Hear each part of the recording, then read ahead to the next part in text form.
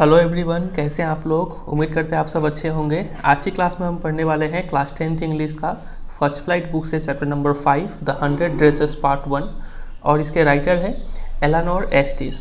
चलिए स्टार्ट करते हैं। सबसे पहले बिफोर यू रीड, पहले पॉइंट में लिखा हुआ है हाउ डू वी जज the people around us bye their money, wealth and positions. हम अपने आसपास के लोगों को कैसे जज करते हैं, उनके धन दौलत को देखकर। और is there something of more enduring value to look for in a person, या फिर किसी इंसान में और भी कुछ इंपॉर्टेंट वैल्यू हम देख के उस इंसान को जज कर सकते हैं। तो this story is a sensitive account of how a poor young girl is judged bye her classmates. तो ये स्टोरी एक सेंसिटिव स्टोरी है, एक गरीब छोटी सी लड़की के बारे में जो अपने क्लासमेट्स द्वारा जज की जाती है। उस लड़की का नाम है वेंडा पेट्रोन्स्की।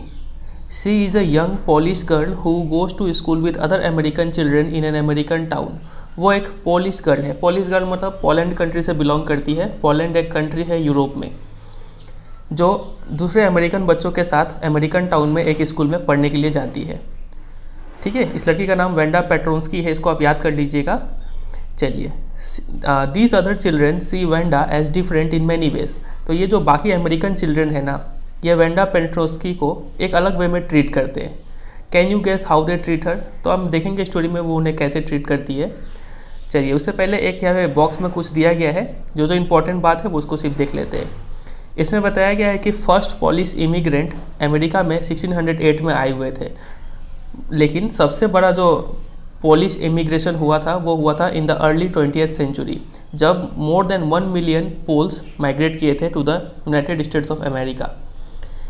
अब ये समझिए इमिग्रेंट्स किसको बोलते हैं। मान लीजिए ये है पोलैंड और ये है अमेरिका। अगर कुछ लोग पोलैंड से अमेरिका की तरफ आ रहे हैं, तो ये जो लोग आ रहे हैं ना, ये लोग अमेरिका के लिए यही लोग क्या हो गए, इमिग्रेंट्स हो गए। और ये लोग चूँकि पोलैंड से बाहर मूव कर रहे हैं, तो ये लोग पोलैंड के लिए क्या हुए, एमिग्रेंट हुए। समझ रहे, ई और आई में डिफरेंस। ठीक है, तो इन लोग को अमेरिका के लिए ये लोग क्या हुए, ये लोग इमिग्रेंट हुए। तो वही लिखा हुआ है कि फर्स्ट पॉलिश इमिग्रेंट अमेरिका में 1608 में आए थे, लेकिन अर्ली 20th सेंचुरी कब से कब तक होता है, 1900 से लेकर 2000 तक। और उसके अर्ली टाइम में मतलब 1910 के आसपास में, तब सबसे बड़ा पॉलिश इमिग्रेशन हुआ था, जब more than 1 million Poles United States में आए थे। The Polish state did not exist at that time. और उस समय, ठीक है, मतलब अर्ली 20th सेंचुरी में पोलैंड कंट्री एग्जिस्ट नहीं करता था। पोलैंड कंट्री आपका एक इंडिपेंडेंट कंट्री कब बना, 1918 में बना, 11 नवंबर 1918 में। ठीक है, तो उससे पहले पॉलिश स्टेट एग्जिस्ट नहीं करता था, मतलब पोलैंड कंट्री एग्जिस्ट नहीं करता था। उसीलिए ये जो पोलिश लोग जो पोलैंड से निकल के आते थे, उनको according to their country of origin से आइडेंटिफाई किया जाता था। मतलब अगर वो लोग रशिया से आए हुए हैं तो उनको बोलते थे रशियन पोल्स, अगर वो लोग जर्मन से आए हुए हैं तो उनको बोलते थे जर्मन पोल्स, ऑस्ट्रिया से आए हैं तो Austrian Poles. One of the most notable Polish American community is in Chicago and its suburbs. तो सबसे ज़्यादा पॉलिश अमेरिकन कम्युनिटी कहाँ पे रहते हैं, शिकागो में, अमेरिका का एक शहर है। ठीक है, और उसके आसपास के इलाकों में। So Chicago is sometimes called the second largest Polish city. इसीलिए शिकागो को सेकेंड लार्जेस्ट पॉलिश सिटी बोला जाता है। तो सबसे फर्स्ट लार्जेस्ट कौन सा है, वो है आपका पोलैंड का कैपिटल वॉर्सो।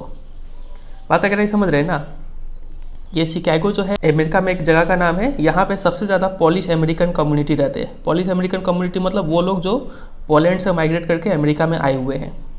और इतने ज़्यादा लोग यहाँ पे रहते हैं शिकागो में कि शिकागो को सेकेंड लार्जेस्ट पॉलिश सिटी बोला जाता है।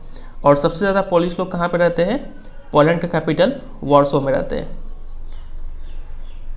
ठीक है, और यहाँ पे कुछ काम का बात है नहीं।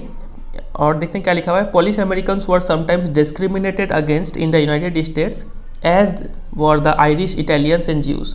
तो जैसे अमेरिका में आयरिश, इटालियंस और ज्यूज के खिलाफ डिस्क्रिमिनेशन किया जाता था, वैसे ही पॉलिश अमेरिकन्स के खिलाफ भी अमेरिका में डिस्क्रिमिनेशन होता था। और यहाँ पे कुछ डेटा दिया गया है, कुछ काम का बात नहीं है, फिर भी एक बार देख लेते हैं कि अकॉर्डिंग टू यूनाइटेड स्टेट्स 2000 में सेंसस हुआ था। तो उसमें से इतने लोग ऐसे थे जो 5 साल या फिर 5 साल से भी ज़्यादा उम्र के थे, जो घर में पॉलिश लैंग्वेज में बात करते थे। ठीक है, जो कि 1.4% ऑफ ऐसे लोगों का है जो इंग्लिश छोड़ के किसी और लैंग्वेज में बात करते थे, या फिर 0.25% ऑफ US पॉपुलेशन। मतलब बोल सकते हैं कि टोटल पॉपुलेशन का 0.25% ऐसे लोग थे जो पोलिश लैंग्वेज में बात करते थे घर में। तो इतना आपको डेटा में नहीं जाना है, बस सिर्फ नॉलेज ले लीजिए और आगे बढ़ते हैं। आपको यहाँ से याद क्या रखना है, सिर्फ ये याद रखना है कि जो पोलैंड से निकल के आते हैं उसको पोलिश बोलते हैं, और बस उनके खिलाफ डिस्क्रिमिनेशन होता है। और यहाँ पे इस लड़की का नाम याद कर लीजिए, एक यंग पुअर गर्ल है जो कि है वेंडा पेट्रोंस्की, ठीक है। इसके साथ डिस्क्रिमिनेशन होता है। अब देखते हैं कैसा होता है, स्टोरी में आगे बढ़ते हैं। चलिए यहाँ से काम का बात स्टार्ट हो रहा है। टुडे मतलब आज का दिन, मंडे का दिन था। Wanda Petronski was not in her seat, वो अपने डेस्क पर नहीं थी। क्लासरूम का सीन है। But nobody, not even Peggy and Madeline, the girls who started all the fun, noticed her absence. लेकिन क्लास में कोई नहीं, पेगी और मैडलिन भी नहीं, किसी ने ये नोटिस नहीं किया कि वो वेंडा पेट्रोंस्की आज क्लास में एब्सेंट है। आज का दिन कौन सा है, मंडे है। और ये पेगी और मैडलिन ही ऐसी लड़की थी जिन्होंने ये फ़न स्टार्ट किया था। अब क्या फ़न था आगे स्टोरी में देखते हैं। Usually Wanda sat in the seat next to the last seat in the last row in room 13। तो क्लासरूम का रूम है रूम 13, मान लीजिए ये अगर क्लासरूम है और यहाँ से आके यहाँ पे इसका डोर है, ठीक है, ये इसका डोर है, यहाँ पे टीचर पढ़ाती है और यहाँ पे मान लीजिए रोज ऑफ डेस्क है, ये सब डेस्क है। तो ऐसे करते करते जो एकदम लास्ट रो है ना, वो कहाँ पे बैठती थी, set in the seat next to the last seat in the last row. तो लास्ट रो में लास्ट सीट के इसके बगल में ये सीट में वो बैठती थी, ठीक है। She sat in the corner of the room where the rough boys who did not make good marks sat. वो रूम के कोने में बैठती थी जहाँ पे रफ बॉयज़ बैठते थे। रफ मतलब यहाँ पे वायलेंट बच्चे जिसको बोलते हैं, जो थोड़ा शैतानी करते हैं, वो सब लड़के वहाँ पे बैठते थे जो एग्ज़ाम में अच्छे मार्क्स नहीं लाते थे। The corner of the room where the most scuffling of feet, most roars of laughter when anything funny was said, and most mud and dirt on the floor। वो कॉर्नर पे बैठती थी जहाँ पे most scuffling of feet, scuffling of feet मतलब बहुत बच्चे क्या करते हैं, जूते पहन के उसको फ्लोर पे ड्रैग करते हैं, पक्के पे घसीटते रहते हैं, जिस वजह से अजीब टाइप का नॉइज़ आता है। तो वो कॉर्नर में इसी टाइप का नॉइज़ आता रहता था। Most roars of laughter when anything funny was said, जब भी क्लास में कुछ फ़नी होगा, टीचर कुछ मजाक करेंगे तो सबसे ज़्यादा हंसी यहीं पे आता, यही कोने से आता था। And most mud and dirt on the floor, और यूजुअली रूम का जो कॉर्नर होता है जहाँ पे शैतान बच्चे बैठते हैं, ठीक है, तो वहाँ पे थोड़ा गंदगी भी होता है, तो वहाँ पे मर्ड, कीचड़ और धूल मिट्टी भी काफ़ी सारे थे। तो वहाँ पे वेंडा पेट्रोंस्की बैठती थी। Wanda did not sit there because she was rough and noisy. ऐसा नहीं था कि वेंडा उस कॉर्नर में बैठी थी क्योंकि वो रफ और नॉइजी थी, वायलेंट और हल्ला चिल्ला करने वाली बच्ची, ऐसा नहीं थी वो। ऑन द कॉन्ट्रेरी, इसके विपरीत वो क्या थी, she was very quiet and rarely said anything at all. वो काफ़ी शांत बच्ची थी और बहुत मुश्किल से कुछ बोलती थी। And nobody had ever heard her laugh out loud, और किसी ने उसे हंसते हुए तो सुना ही नहीं। Sometimes she twisted her mouth into a crook sort of smile, but that was all. कभी कभी वो मुस्कुराती थी, लेकिन काफ़ी अजीब तरीके से मुस्कुराती थी, मान लो ज़बरदस्ती कोई हंस रहा हो, बस इतना ही था। Nobody knew exactly why Wanda sat in that seat. किसी को पता नहीं था कि वेंडा उस सीट में ही क्यों बैठती है, unless it was because she came all the way from Boggin side and her feet were usually caked with dry mud. तो किसी को ये बात पता नहीं था कि वेंडा उसी सीट पे क्यों बैठती है जब तक कि क्लास को ये ना पता चल गया कि वो लड़की मतलब वेंडा पेट्रोंस्की बॉगिन साइड से आती है। काफ़ी दूर था ये स्कूल से, और उसके जो चलते चलते उसके जो पैर थे उसमें काफ़ी केक्ड का मतलब है यहाँ पे कवर्ड विद ड्राई मड, पूरे धूल से भर जाते थे उसके जूते। तो इसीलिए वो फर्स्ट बेंच पे ना बैठ के लास्ट बेंच पे बैठती थी। But no one really thought much about Wanda Petronski once she sat in the corner of the room. लेकिन एक बार जब वेंडा पेट्रोंस्की लास्ट बेंच पे जब बैठ जाती थी, तब उसके बारे में कोई कुछ नहीं सोचता था, सब उसे भूल जाते थे, सब अपने काम में व्यस्त। The time when they thought about Wanda was outside of school hours. वो लोग वेंडा के बारे में तब सोचते थे, मतलब बाकी बच्चे लोग वेंडा के बारे में तब सोचते थे जब स्कूल आवर्स, पढ़ाई लिखाई का काम खत्म हो जाए। तब कब खत्म होता था पढ़ाई लिखाई, at noon time when they were coming back to school, हो सकता है लंच के बाद, ठीक है, जब वो लोग वापस लंच करके स्कूल आ रहे हो तब। And in the morning early before school began, और हो सकता है सुबह में जब स्कूल शुरुआत होता था तब। when groups of 2 or 3 or even more would be talking and laughing on their way to the school yard, जब 2 या फिर 3 या फिर उससे भी ज़्यादा ग्रुप ऑफ बच्चे लोग जो बात करते थे और हंसते हुए आते थे टू द स्कूल यार्ड, ठीक है, स्कूल का जो आउटसाइड एरिया होता है उसको स्कूल यार्ड बोलते हैं। तो ये वो ऐसा समय होता था जब सब लोग वेंडा के बारे में सोचते थे और उससे बात करते थे। अब बात करते थे मतलब मजाक उड़ाते थे। देखते हैं क्या होता था उसके साथ। Then sometimes they waited for Wanda to have fun with her, और कभी कभी वे लोग वेंडा के बारे में वेंडा के लिए वेट भी करते थे ताकि उसके साथ थोड़ा मस्ती किया जा सके। चलिए, तो ये हुआ वेंडा का कुछ बैकग्राउंड दिया गया है यहाँ पे कि क्लास में कैसा कैसा सीन होता है। तो फिलहाल प्रेजेंट सिचुएशन पे आते हैं। आज था मंडे को वेंडा पेट्रोन्स्की एब्सेंट थी क्लास में। नेक्स्ट डे हुआ Tuesday, Wanda was not in school. उस दिन भी वेंडा एब्सेंट थी स्कूल में either, and nobody notice her absence again, और किसी ने भी ये नोटिस नहीं किया, पेगी और मैडलिन ने भी नहीं। तो ये दो नाम भी आपको याद रखना है, पेगी और मैडलिन। यही दो ऐसी बच्चियाँ हैं जो वेंडा पेट्रोन्स्की का मजाक उड़ाती थी। आगे देखेंगे कैसे मजाक उड़ाती थी वो लोग। और यहाँ पे ये याद रखिएगा कि वेंडा पेट्रोन्स्की का घर कहाँ पे है, बोगिंस हाइट्स में। ठीक है, चलिए, तो ट्यूसडे को भी वो एब्सेंट थी। अब मूव करते हैं वेडनेसडे को। But on Wednesday Peggy and Maddie, यहाँ पे मैडलिन था फुल नेम, शॉर्ट में यहाँ पे मैडलिन फुल नेम था और यहाँ पे शॉर्ट में आपको लिखा गया है मैडी। तो Peggy and Maddie who sat down front with other children who got good marks and who didn't track in the whole lot of mud did notice that Wenda wasn't there।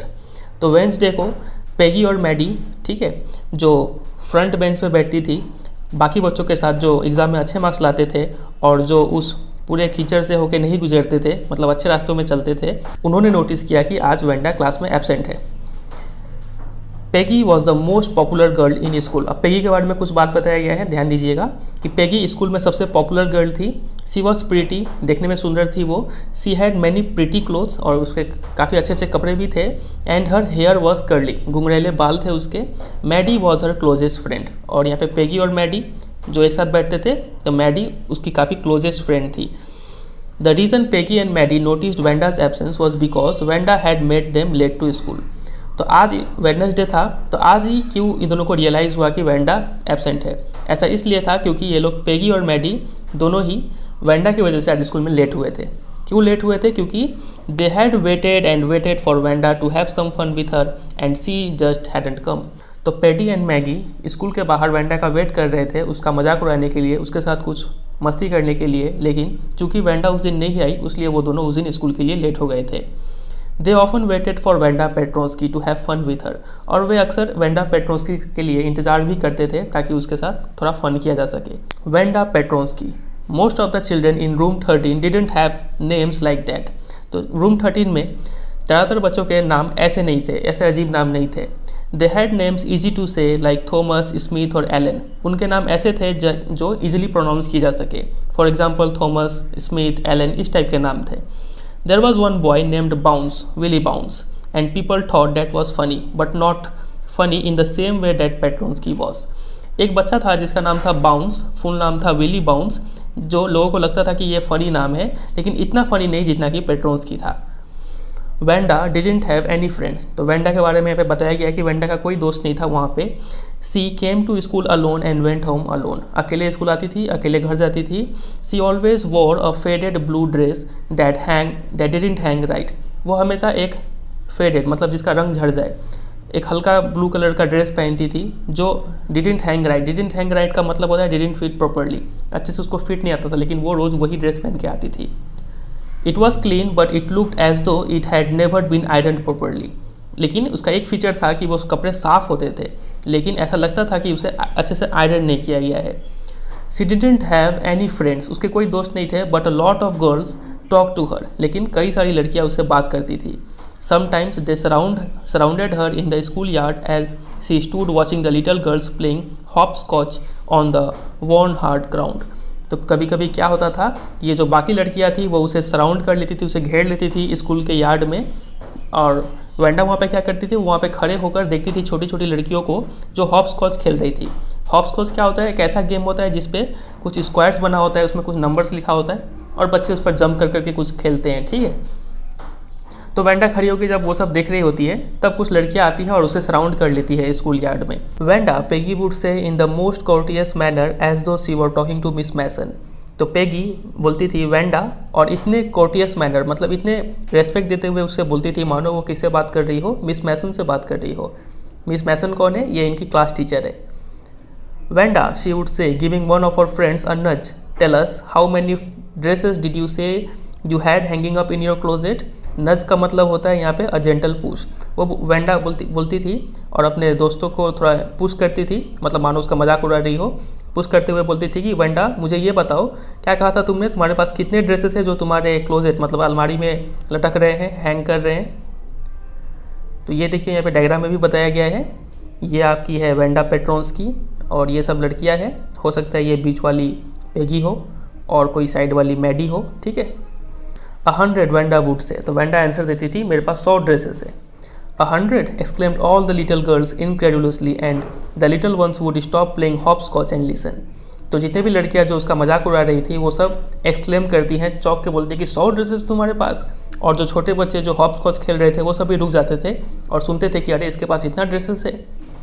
या 100 all lined up said Wanda, तो Wanda बोलती थी हाँ मेरे पास 100 dresses है और सभी line से टंगे हुए हैं मेरे क्लोजेट में।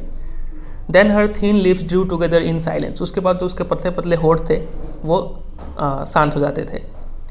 What are they like, all silk I bet said Peggy, फिर पेगी बोलती थी वो सब कैसे हैं, सब सिल्क के होंगे पक्का, ऐसा पेगी बोलती थी।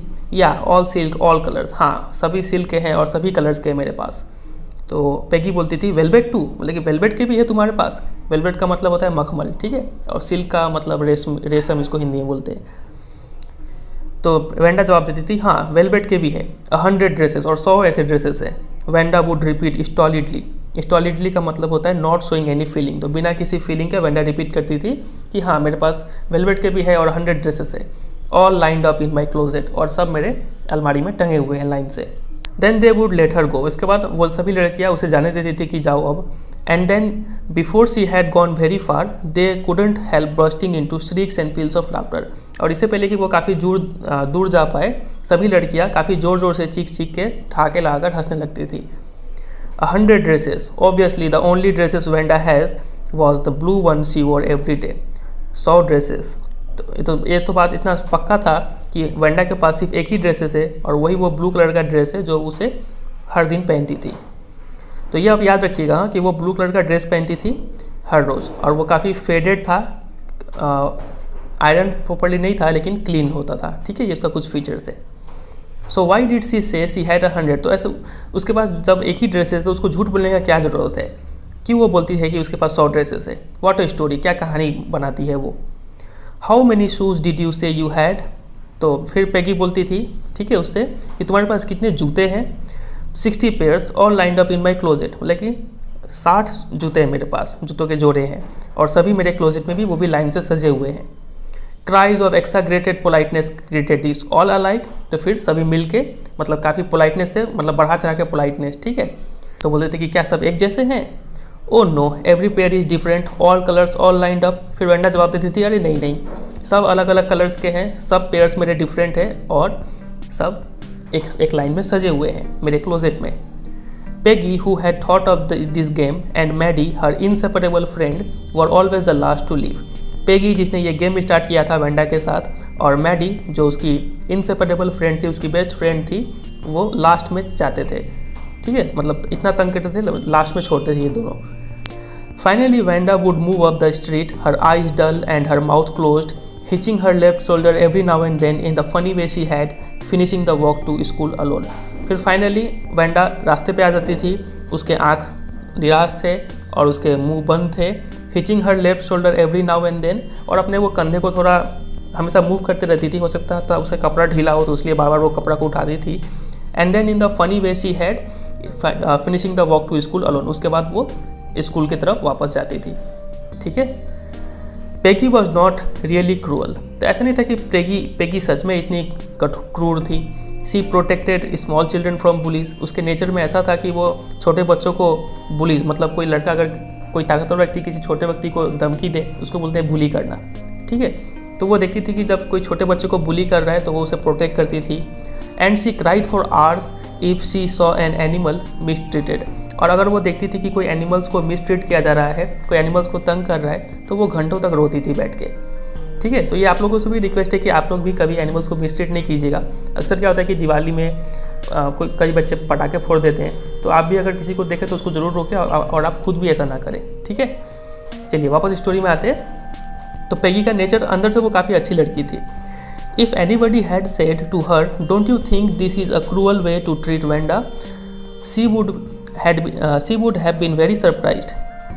तो अगर कोई उसे बोलता था कि क्या तुम वेंडा के साथ ऐसा बिहेव करती हो, तो ये काफ़ी क्रूअल वे नहीं है किसी को ट्रीट करने का, तो वो काफ़ी सरप्राइज हो जाती थी ये क्वेश्चन सुन के। वो बोलती थी क्रूअल, कैसा cruel? Why did the girl से सी हैड 100 ड्रेसेस? उस लड़की ने ऐसा क्यों कहा कि उसके पास 100 ड्रेसेस है? Anybody could tell that was a lie. कोई भी ये बोल देगा कि ये तो झूठ है। Why did she want to lie? वो झूठ क्यों बोल रही है? And she wasn't just an ordinary person, और वो कोई ऑर्डिनरी पर्सन नहीं है। Else why had she have a name like that? नहीं तो उसका ऐसा नाम क्यों होता? Anyway they never made her cry. लेकिन खैर जो भी हो, उन्होंने कभी उसे रुलाया नहीं है। ठीक है, तो पेगी का ये रीजनिंग था। As for Maddie, this business of asking Wanda every day how many dresses and how many hats and how many this and that she had was bothering her. अब यहाँ पे काफ़ी इंपॉर्टेंट बात पता चलेगा आप लोगों को मैडी के नेचर के बारे में। अभी हमने थोड़ी देर पहले देखा पेगी का नेचर। पेगी भी काफ़ी अच्छी लड़की थी, लेकिन अब यहाँ पे मैडी के बारे में बताया गया है। तो जहाँ तक मैडी का सवाल था, तो जब पेगी वेंडा से पूछती थी कि उसके पास कितने ड्रेसेस है, कितने हैट्स है, कितने शूज़ है, तो ये सब क्वेश्चंस मैडी को बॉदर करते थे। क्यों? क्योंकि Maddie was herself poor. Maddie was poor herself, क्योंकि मैडी खुद ही एक गरीब लड़की थी। She usually wear somebody's hand me down clothes. Hand me down clothes क्या होते हैं? ये ओल्ड क्लोथ्स होते हैं जो कोई किसी को दान में देता है। तो मैडी इतनी गरीब लड़की थी कि वो दान में दिए हुए कपड़े को पहनती थी। ठीक है, कोई उसे दान में देता था उसकी मम्मी को, तो वो कपड़े को वो खुद पहनती थी। तो ये दो फीचर्स है मैडी के बारे में जो आपको याद रखना है। सबसे पहला बात कि वो खुद ही एक गरीब लड़की थी, और दूसरा वो हैंड मी डाउन क्लोथ्स पहनती थी। ठीक है, और जब पेगी वेंडा का मजाक उड़ाती थी तो मैडी को बुरा लगता था इससे। थैंक गुडनेस, भगवान का शुक्र है, she didn't live up on Boggin sites और हैव अ फनी नेम। भगवान का शुक्र है कि वो बॉगिन साइट्स में नहीं रहती है। बॉगिन साइट से कुछ याद आ रहा है आपको? ये वही प्लेस है जहाँ पे वेंडा पेट्रोस्की रहती है। ठीक है, और तो वो बोलती है कि भगवान का शुक्र है कि मैं बॉगिन साइट में नहीं रहती हूँ, या फिर मेरा कोई फ़नी नाम नहीं है, नहीं तो आज मैं वेंडा की जगह मेरा मजाक उड़ रहा होता। ठीक है, स्कूल में। Sometimes when Peggy was asking Wanda those questions in that mocking polite voice, Maddie felt embarrassed and studied the marbles in the palm of her hand, rolling them round and saying nothing herself. तो कभी कभी जब Peggy Wanda से वो सब questions पूछ रही होती है इन द मॉकिंग पोलाइट वॉइस, मॉकिंग मतलब मजाक उड़ाते हुए काफ़ी मधुर स्वर में, ठीक है, काफ़ी पोलाइट वे में वो जब वो मजाक उड़ा रही होती है, तब मैडी फेल्ट एम्बेरेस्ड, मैडी को खुद पे शर्म आता था। And studied the marbles in the palm of her hand, तो वो अपने हथेली में जो मार्बल्स रखी हुई थी वो उसे देखती रहती थी, रोलिंग देम राउंड, उसे रोल करती रहती थी, एंड सेइंग नथिंग हरसेल्फ, और वो खुद कुछ नहीं बोलती थी क्योंकि उसे खुद बहुत बुरा फील होता था। Not that C felt sorry for Wanda exactly, ऐसा नहीं था कि उसे वेंडा के लिए बुरा फील होता था। She would never have paid any attention to Wanda if Peggy hadn't invented the dresses game, और वो वेंडा के बारे में तो कुछ सोचती भी नहीं अगर पेगी ने ड्रेसेस का गेम स्टार्ट नहीं किया होता तो, क्योंकि वो खुद ही हैंड मी डाउन क्लोथ्स पहनती है, उसलिए उसे जब पेगी वेंडा का मजाक उड़ाती है तब उसे भी बुरा लगता है। But suppose Peggy and all the others started in on her next, लेकिन मान लो कि अगर पेगी और बाकी सारी लड़कियाँ इसका मैडी का मजाक उड़ाना शुरू कर दे तो क्या होगा। She wasn't as poor as Wanda perhaps, but she was poor, वो वेंडा इतनी गरीब तो नहीं थी लेकिन गरीब तो थी वो। Of course she would have more sense than to say she had 100 dresses, और ऐसा जाहिर सा बात था कि उसके पास इतना सेंस तो है कि वो कभी भी 100 ड्रेसेस बोल के अपना मजाक खुद नहीं उड़वाएगी। Still she would not like for them to begin on her, लेकिन फिर भी जो भी हो उसे ये कतई पसंद नहीं आएगा कि कोई उसका मजाक उड़ाए, ये लोग मिलके उसका मजाक उड़ाए मैडी का। She wished Peggy would stop teasing Wanda Petronski, वो ऐसा विश करती थी कि काश पेगी वेंडा का मजाक उड़ाना बंद कर दे। ठीक है, तो ये हमने देखा मैडी का फीचर्स, वो भी अंदर से काफ़ी अच्छी लड़की है। चलिए आगे देखते हैं। टुडे, आज का कौन सा दिन है? वेडनेसडे, जब मैडी और पेगी दोनों स्कूल में लेट आए हुए हैं। Even though they had been late to school, Maddie was glad she had not had to make fun of Wanda, तो चूँकि आज दोनों ही लेट हुए थे स्कूल में, लेकिन फिर भी मैडी खुश थी अंदर से क्योंकि उन्हें आज वेंडा का मजाक उड़ाना नहीं पड़ा। पेगी मजाक उड़ाती थी और उसमें मैडी को भी शामिल होना पड़ता था, तो आज मैडी काफ़ी खुश थी क्योंकि चलो आज मजाक नहीं उड़ाना पड़ा। She worked her arithmetic problems absent mindedly 8 times 8 let's see, तो वो एब्सेंट माइंडेडली मतलब अपने ख्यालों में खोए हुए कुछ अरिथमेटिक प्रॉब्लम्स कर रही थी, 8 times 8 कुछ बोल रही थी वो। She wished she had the nerve to write Peggy a note, वो सोचती थी कि काश मेरे पास इतना नर्व मतलब हिम्मत होता कि मैं पेगी को एक नोट लिख पाऊँ। because she knew she never would have the courage to speak right to Peggy to say, "Hey Peg, let's stop asking Wanda how many dresses she has." क्योंकि उसके पास ये बोलने का तो करेज है ही नहीं, स्पीक करने का तो ये करेज है ही नहीं कि वो सीधा जाके पेगी को बोल पाए कि पेग चलो वेंडा का मजाक उड़ाना बंद करते हैं कि उसके पास कितने कपड़े हैं इस चीज़ को लेकर। तो ये बोलने का उसके पास हिम्मत था नहीं, इसलिए वो सोचती थी कि काश उसे इतना हिम्मत आ जाए कि वो पेगी को कम से कम लिख के बता पाए कि ऐसा वो लोग ना करें। When she finished her arithmetic, she did start a note to Peggy. जब उसने अपना अरिथमेटिक प्रॉब्लम खत्म कर लिया तो उसने एक नोट स्टार्ट भी किया पेगी के लिए। Suddenly she paused and shuddered. लेकिन अचानक से वो रुक गई और shuddered मतलब थरथरा के कांपने लग गई। She pictured herself in the school yard, a new target for Peggy and the girls. वो इमेजिन करती है अपने आप को स्कूल यार्ड में और पाती है कि पेगी और बाकी जो लड़कियां हैं वो सब उसका मजाक उड़ा रही हैं। Peggy might ask her where she got the dress she had on, and Maddie would have to say it was one of Peggy's old ones. तो वो इमेजिन करती है कि पेगी उससे पूछ रही है कि वो जो ड्रेस पहनी हुई है वो उसे कहाँ से मिला। तो वो जवाब देती है, मतलब मैडी जवाब देती है कि वो पेगी का ही पुराना कपड़ा है। That Maddie's mother had tried to disguise with new trimmings so no one in room 13 would recognise it. वो इमेजिन करती है कि वो खुद क्या जवाब दे रही है कि वो जो कपड़ा पहनी हुई है वो पेगी के ही पुराने कपड़े हैं जो उसकी माँ ने, ठीक है, वहाँ पे न्यू ट्रिमिंग्स मतलब कुछ फीते उते लगाकर उसे थोड़ा चेंज कर दिया है ताकि रूम 13 के बाकी बच्चे उस कपड़े को पहचान ना पाए। समझ रहे बात कह रही। If only Peggy would decide of her own accord to stop having fun with Wanda. वो सोचती है कि काश पेगी हर ओन अकॉर्ड का मतलब अपने मन से ही ये डिसाइड कर ले कि वो अब वेंडा का मजाक नहीं उड़ाएगी तो कितना अच्छा होगा। Oh well, Maddie ran her hand through her short blonde hair as though to push the uncomfortable thoughts away. उसके बाद मैडी क्या करती है, अपने जो हाथ है वो अपने बालों के ऊपर सहलाती है ताकि मानो वो क्या करना चाह रही हो, जो जितने भी अनकम्फर्टेबल थॉट्स उसके दिमाग में आ रहे थे वो सब उसे हटाना चाहती है अपने दिमाग से। What difference did it make? वो सोचती है कि इससे क्या फ़र्क पड़ेगा। Slowly Maddie tore into bits the note she had started. उसके बाद जो नोट उसने स्टार्ट किया था वो उसे फाड़ देती है। She was Peggy's best friend. वो सोचती है कि मैं तो पेगी की बेस्ट फ्रेंड हूँ।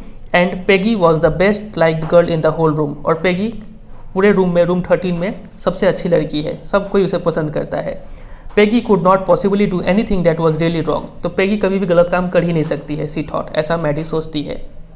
As for Wanda, she was just some girl who lived up on Bogan sides and stood alone in the schoolyard. और जहाँ तक वेंडा का सवाल था तो वो जस्ट कोई एक ऐसी लड़की है जो बोगन साइड्स में रहती है और जो स्कूल यार्ड में अकेली खड़ी होती है। She scarcely ever said anything to anybody. और वो कभी भी किसी से कुछ भी नहीं बोलती थी। The only time she talked was in the schoolyard about her 100 dresses. वो सिर्फ एक ही बार अपना मुंह खोलती थी वो 100 ड्रेसेस बोलने के लिए स्कूल यार्ड में।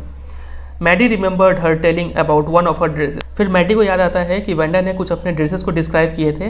पहला ड्रेस था a pale blue with colour trimmings, ठीक है, पेल ब्लू कलर का ड्रेस था, उसमें कलरफुल ट्रिमिंग्स थे, फीते उते लगे हुए थे।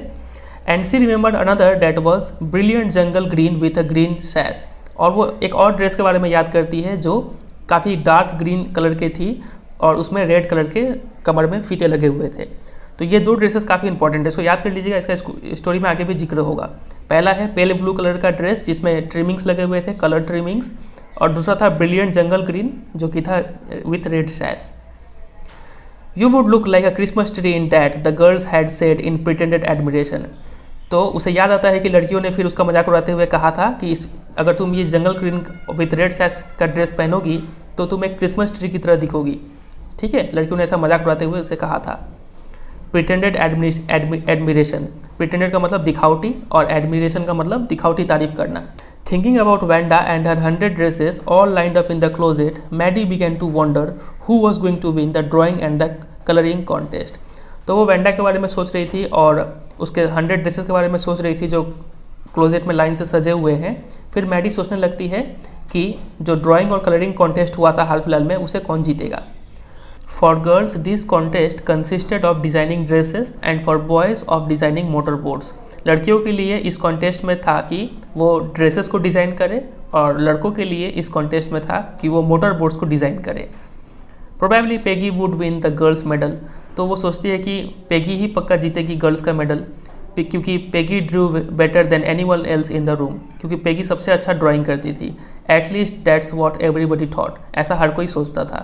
She could copy a picture in a magazine or some film star's head so that you could almost tell who it was. तो वो किसी भी मैगज़ीन से किसी भी पिक्चर को अच्छे से कॉपी कर लेती थी, या फिर कोई फिल्म स्टार का जो फेस है वो भी अच्छे से ड्रॉ कर लेती थी कॉपी करके। इसीलिए आप इतना श्योरली बोल सकते हो कि उस कॉन्टेस्ट में पेगी ही जीतेगी। Oh, Maddie was sure Peggy would win. तो मैडी इतना श्योर थी कि पेगी ही जीतेगी।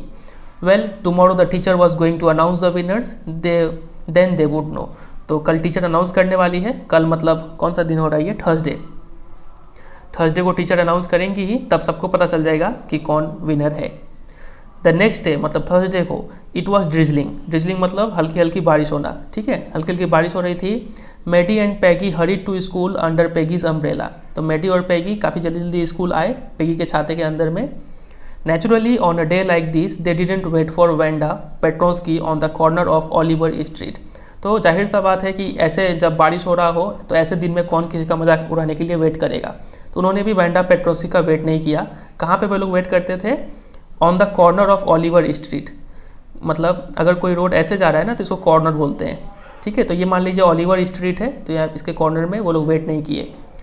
The street that far far away under the railroad tracks and up the hill led to Boggin side. और उसी रास्ते से अगर आप आगे जाएंगे तो रेल रोड के नीचे से होते हुए और फिर ऊपर हिल पे चढ़ के आप कहाँ पहुँच जाएंगे, बॉगिन साइड पे पहुँच जाएंगे। और बॉगिन साइड में ही हमारी कौन रहती है, Wanda Petronski. Anyway they weren't taking any chances on being late today because today was important. खैर जो भी हो, वे लोग आज लेट होने का कोई भी चांस नहीं ले सकते थे क्योंकि आज का दिन काफ़ी इंपॉर्टेंट था। हमें पता है आज का दिन क्या होने वाला था, टीचर अनाउंस करने वाली थी कि वो कॉन्टेस्ट में कौन जीता है। Do you think Miss Mason will announce the winners today, asked Peggy. Peggy पूछती है मैडी से कि तुम्हें क्या लगता है मिस मैसन आज विनर्स को अनाउंस करेंगी। Oh I hope so the minute we get in, said Maddie. Maddie बोलते कि हाँ बिल्कुल, मुझे ऐसा ही उम्मीद है, जिस मिनट हम एंटर करेंगे उसी मिनट टीचर विनर को अनाउंस कर देगी। Of course you will win Peg, बोलते कि पेग तुम ही जीतोगी, टेंशन मत लो।